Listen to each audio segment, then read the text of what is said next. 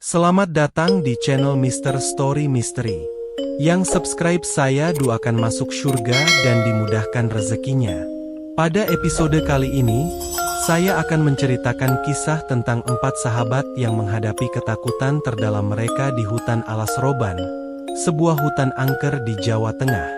Apakah mereka akan selamat dari sosok kuntilanak yang menyeramkan? Mari kita mulai cerita ini dan temukan jawabannya bersama-sama. Di sebuah sekolah menengah atas di kota kecil bernama Salatiga, Jawa Tengah, terdapat sebuah kegiatan perkemahan yang rutin diadakan setiap tahunnya. Tahun ini, perkemahan diadakan di pinggiran kota, dekat sebuah hutan angker yang dikenal sebagai Hutan Alas Roban. Hutan ini terkenal di kalangan penduduk setempat karena sering dikaitkan dengan berbagai kisah misteri dan legenda menakutkan. 4 sahabat, Rizky, Dinda, Fajar, dan Putri, mengikuti perkemahan tersebut dengan penuh semangat. Mereka senang bisa berkumpul bersama teman-teman dan menikmati kegiatan luar ruangan. Pada hari pertama, mereka mengikuti berbagai kegiatan seperti mendirikan tenda, lomba masak, dan permainan kelompok. Semua berjalan lancar, dan malam harinya diadakan acara api unggun. Malam itu, di bawah langit berbintang, para siswa berkumpul di sekitar api unggun. Nyala api menerangi wajah-wajah penuh semangat dan tawa riang mereka. Salah satu guru, Pak Budi, mulai bercerita tentang legenda lokal, termasuk cerita tentang hutan Alas Roban.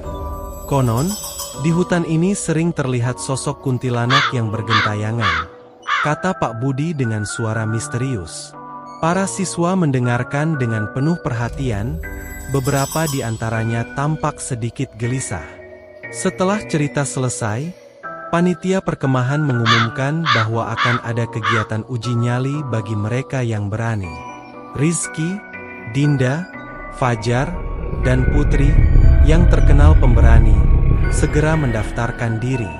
Mereka harus masuk ke dalam hutan Alas Roban, berjalan hingga ke lapangan gelap, sebuah tempat di tengah hutan yang dikenal angker, dan kembali dengan membawa tanda bukti yang diletakkan oleh panitia.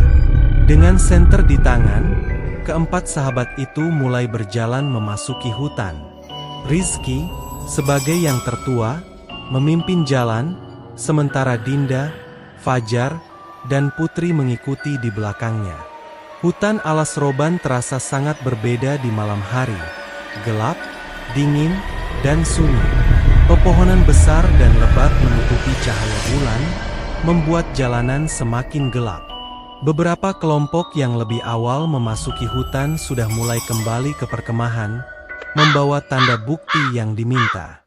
Mereka tampak lega dan sedikit bangga setelah berhasil menyelesaikan uji nyali tersebut. Hal ini memberikan sedikit rasa percaya diri kepada Rizky dan teman-temannya. Namun, suasana mencekam masih menyelimuti mereka.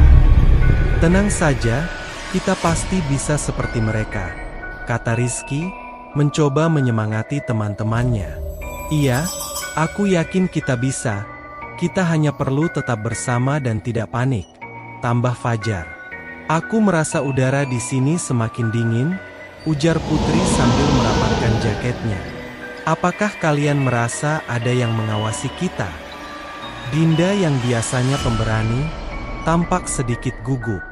"Jangan pikirkan itu Putri. Kita fokus saja pada tujuan kita." Setelah beberapa waktu, mereka sampai di apangan gelap. Di sini, suasana semakin mencekam. Tiba-tiba, Dinda jatuh pingsan. Tubuhnya mulai gemetar dan matanya terbelalak, tampak seperti seseorang yang ketakutan setengah mati. "Dinda, apa yang terjadi?" teriak Putri panik. "Fajar, pegang dia. Kita harus melakukan sesuatu," kata Rizky dengan suara tegang. Dia mulai tertawa," kata Fajar sambil memegangi Dinda. Suara ini tidak seperti suara Dinda. Rizky mencoba mengingat doa-doa yang diajarkan oleh neneknya untuk mengusir roh jahat. "Fajar, Putri, pegang Dinda erat-erat, aku akan mulai membaca doa. Dia mulai membacanya dengan suara bergetar.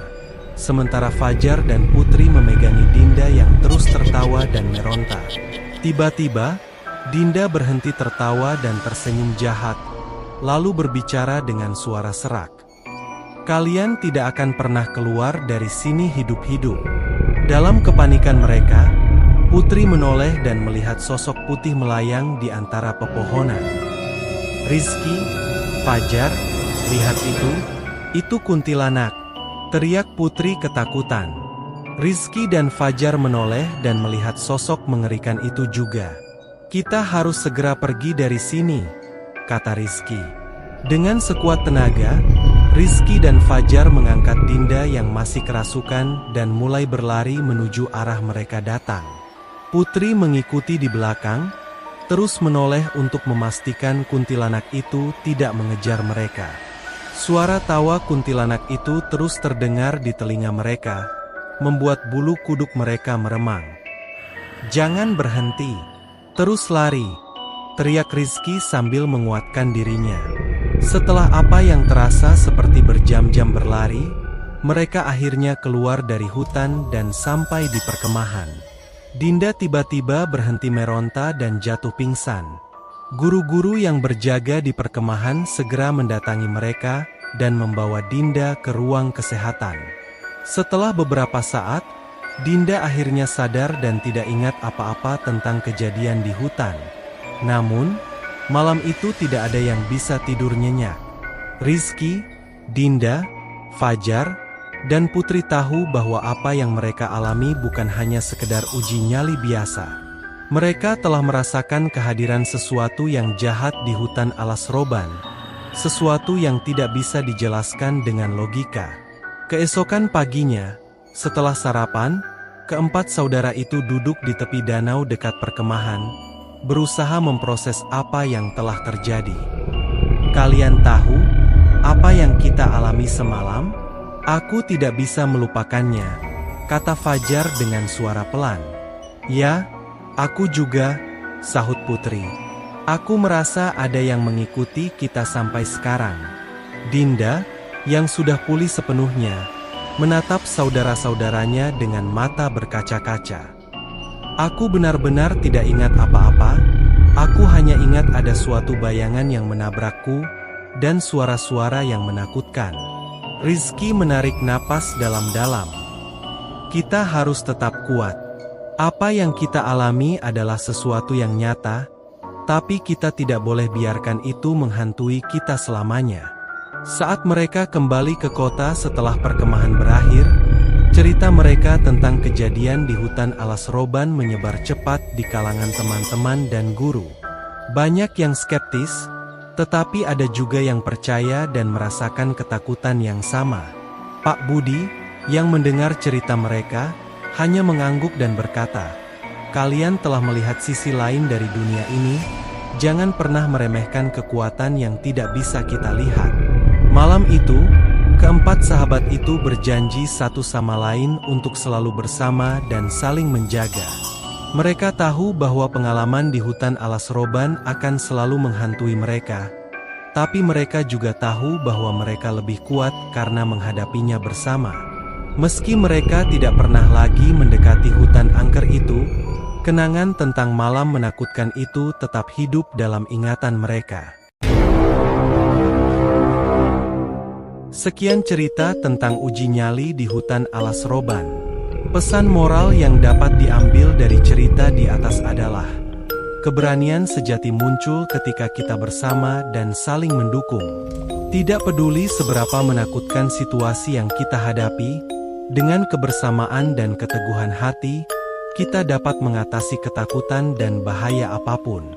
Terima kasih telah menyaksikan kisah mengerikan dari hutan alas roban bersama saya di Mr. Story Mystery. Jangan lupa untuk like, subscribe, dan nyalakan lonceng notifikasimu agar tidak ketinggalan cerita-cerita misteri berikutnya.